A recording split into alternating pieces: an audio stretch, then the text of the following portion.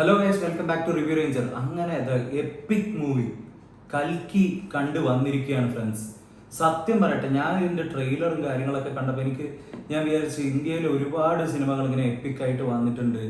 പക്ഷെ നമുക്കറിയാം ആദിപുരുഷ് വരെ വന്നിട്ട് എന്തായ അവസ്ഥ എന്നൊക്കെ. എനിക്ക് ട്രെയിലർ കണ്ടപ്പോൾ അങ്ങനെ ഭയങ്കരമായിട്ടൊന്നും തോന്നിയിട്ടൊന്നുമില്ല.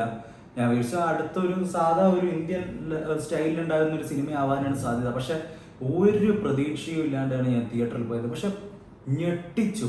EPIC EPIC EPIC EPIC ബ്രഹ്മാണ്ഡം. വേറെ ഒന്നും ഈ ഒരു സിനിമ എക്സ്പീരിയൻസിനെ കുറിച്ച് പറയാൻ വേണ്ടിയിട്ടില്ല.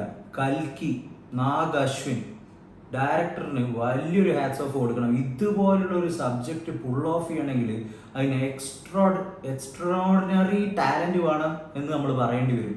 കാരണം ഒട്ടും എളുപ്പത്തിൽ നമുക്ക് ചെയ്യാൻ പറ്റുന്ന ഒരു കാര്യമല്ല ഈ സയൻസ് ഫിക്ഷനും ഇതുപോലെയുള്ള ഇത്രയും വലിയ എപ്പിക് ഡ്രാമ. അതായത് നമ്മുടെ ഹിസ്റ്ററിയിലോട്ടേക്ക് കൊണ്ടുപോയി മഹാഭാരതത്തിലുള്ള പല എലമെന്റ്സ് ഒക്കെ എടുത്ത് അത് ഫ്യൂച്ചറിലോട്ടേക്ക് ഇൻറ്റിഗ്രേറ്റ് ചെയ്ത് ഒരു സിനിമ 3 മണിക്കൂർ നീളമുള്ള ഒരു ബ്രഹ്മാണ്ഡ സിനിമ സൃഷ്ടിക്കാൻ ഭയങ്കരമായ കഴിവ് വേണം. അതും ചെയ്തിരിക്കുന്ന രീതി എന്ന് പറഞ്ഞാൽ അബ്സല്യൂട്ട്ലി ബ്രില്യൻ്റ് ആയിട്ട്. ഈ സിനിമയുടെ പോസ്റ്റേഴ്സും കാര്യങ്ങളൊക്കെ ഇവിടെ കാണുന്ന പോലെ വന്ന സമയത്ത് എനിക്ക് എന്താ പറയുക, ഒബിയസ്ലി തോന്നിയ ഒരു കമ്പാരിസൺ എന്ന് പറഞ്ഞു കഴിഞ്ഞാൽ ഡ്യൂണിന്റെ പോസ്റ്ററുമായിട്ട് നോക്കുമ്പോൾ ഭയങ്കര ഇൻസ്പിറേഷൻ തോന്നിയിട്ടുണ്ടായിരുന്നു. ഇൻസ്പയർഡ് ആയിട്ട് രണ്ടും ഓൾമോസ്റ്റ് സെയിം ഒക്കെ പോലെയാണ്. പക്ഷെ ഇതിലുള്ള പല എലമെന്റ്സും കാര്യങ്ങളൊക്കെ മാഡ് മാക്സിന്റെ കുറെ ഇൻസ്പിറേഷൻ ഒക്കെ ഇവർ എടുത്തിട്ടുണ്ടാവും. കാരണം അതിലുള്ള പോലുള്ള വെഹിക്കിൾസും കാര്യങ്ങളൊക്കെ നമുക്ക് നോക്കിക്കഴിഞ്ഞാൽ മനസ്സിലാവും. പക്ഷെ അതിനൊന്നും നമുക്ക് കുറ്റം പറയാൻ പറ്റില്ല. പക്ഷെ കാരണം അവർ അത്രയും എക്സ്ട്രോർഡിനറി ആയിട്ട് ഇത് പുൾ ഓഫ് ചെയ്തിട്ടുണ്ട്. അത്രയും നന്നായി തന്നെ ചെയ്തു വെച്ചിട്ടുണ്ട്. ഒരു സെക്കൻഡ് കൂടി ഒരു മോശപ്പെട്ട ഒരു CGIന്റെ ഒരു എഫക്റ്റോ അല്ലെങ്കിൽ ഒരു കാര്യമായിട്ട് തോന്നിയിട്ടില്ല. എന്താണ് ഇതിൽ ചെയ്തു വെച്ചിരിക്കുന്നത്? അമ്മാതിരി ലെവല്. ഹോളിവുഡിലൊക്കെ ഇങ്ങനത്തെ സിനിമകൾ ഉണ്ടാവാൻ പറ്റൂ എന്നൊരു കാലത്ത് മലയാളികൾ എല്ലാവരും പറഞ്ഞിട്ടുണ്ട്, ഇന്ത്യക്കാരെല്ലാവരും പറഞ്ഞിട്ടുണ്ടായിരുന്നു. പക്ഷെ ഇത് ഹോളിവുഡിലുള്ള ചില മാർവൽ സിനിമകളോ അതിനെക്കാട്ടൊക്കെ എത്രയോ മികച്ച രീതിയിലാണ് നിന്നിരിക്കുന്നത്. നമ്മുടെ മഹാഭാരതത്തിലുള്ള എലമെന്റ്സ് ഒന്നും അത്രയും വൈഡായിട്ടുള്ള ഒരു സംഭവമാണ്. എപ്പിക് ഡ്രാമയാണ്. അതൊക്കെ ചെയ്യാന്ന് പറഞ്ഞു കഴിഞ്ഞാൽ അത് അത്രയും കഷ്ടമാണ്. അത് ചെയ്യണമെങ്കിൽ എനിക്കറിയില്ല ഇനി എത്ര കോടി രൂപയുടെ ബഡ്ജറ്റ് വേണ്ടി വരും. ഇത് തന്നെ 600 കോടിക്ക് ഇത്രയും ഭയങ്കര ഒരു സംഭവം അവർക്ക് സൃഷ്ടിക്കാൻ പറ്റിയിട്ടുണ്ടെങ്കിൽ ഈ ഡയറക്ടറിന്റെ സംഭവം സമ്മതിച്ചു കൊടുത്തേ പറ്റൂ. അമ്മാതിരി കഴിവുള്ള ഒരാളാണെന്ന് പറയണം. അത് എങ്ങനെയാണ് ഇത് കൊണ്ടുവന്ന് നിന്നിട്ടുള്ളത് നമുക്കറിയാം. സെക്കൻഡ് പാർട്ട് എന്തായാലും വരാൻ പോവാണ്. ഇതിൽ അഭിനയിച്ചിരിക്കുന്ന ഓരോരുത്തരും അത്രയും സൂപ്പറായിട്ട്. എനിക്ക് അമിതാഭ് ബച്ചന്റെ ഒക്കെ റോൾ എന്ന് പറഞ്ഞാൽ അത് ചെയ്തിരിക്കുന്നത് പുള്ളിയൊക്കെ ഒരു സംഭവം തന്നെയാണ്. ഇന്ത്യൻ സിനിമയുടെ ലോക സിനിമയുടെ തന്നെ ഒരു സംഭവം തന്നെയാണെന്ന് പറയേണ്ടി വരും. ഈ ഒരു വയസ്സിലും ആ ഒരു ചാം.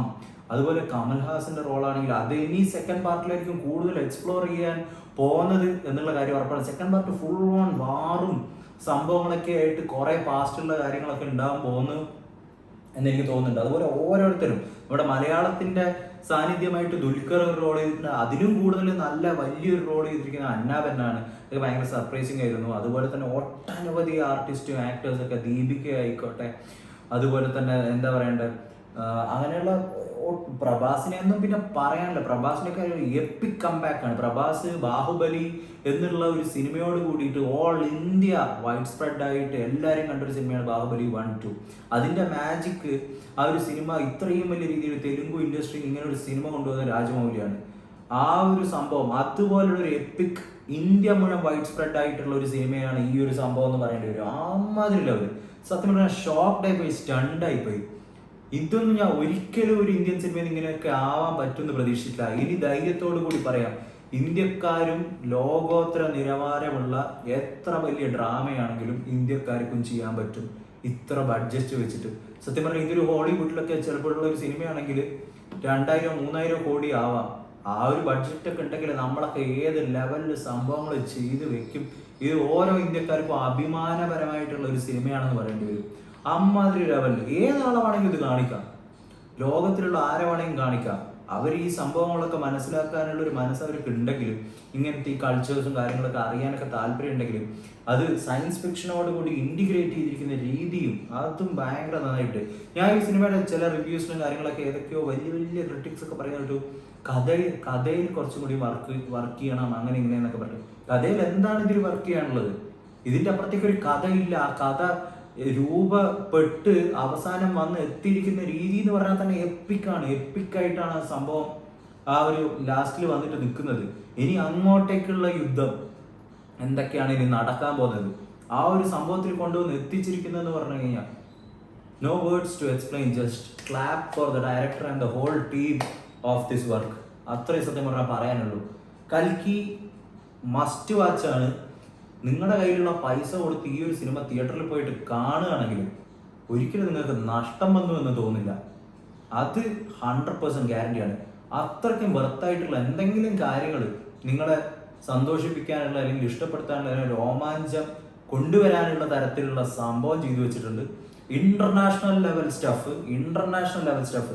ഇത്രയും കാലം ഇംഗ്ലീഷ് സിനിമയോട് കൂടിച്ചേർന്ന് നിൽക്കാൻ നമ്മളും ആ ലെവലിലോട്ടേക്ക് എത്തി എന്നൊക്കെ പറയാനുള്ള ഒരു സംശയത്തിന്റെ മുന്നിലാണ് പറഞ്ഞിട്ട്. പക്ഷെ ഇന്ന് ആണി അടുപ്പിച്ച് ഉറപ്പിച്ച് പറയാം, ഇംഗ്ലീഷ് സിനിമേനെക്കാട്ടും മെച്ചമായിട്ടുള്ള രീതി, അതിലും നല്ലത് നമുക്ക് വേണമെങ്കിൽ പറയാൻ പറ്റും. അതിലും നല്ലത് തന്നെ ഇംഗ്ലീഷിലുള്ള ഇത്രയും വലിയ എപ്പിക് സിനിമകളെക്കാട്ടും വലിയ നല്ല രീതിയിൽ ചെയ്തു വെച്ചിട്ടുണ്ട്. ഈ ഒരു ചെറിയ ബഡ്ജറ്റ് വരെ വെച്ചിട്ട് 600 കോടി, ഞാൻ പറഞ്ഞ ഹോളിവുഡിലൊക്കെ വെച്ച് നോക്കുമ്പോൾ അതൊരു ചെറിയ ബഡ്ജറ്റ് തന്നെയാണ്.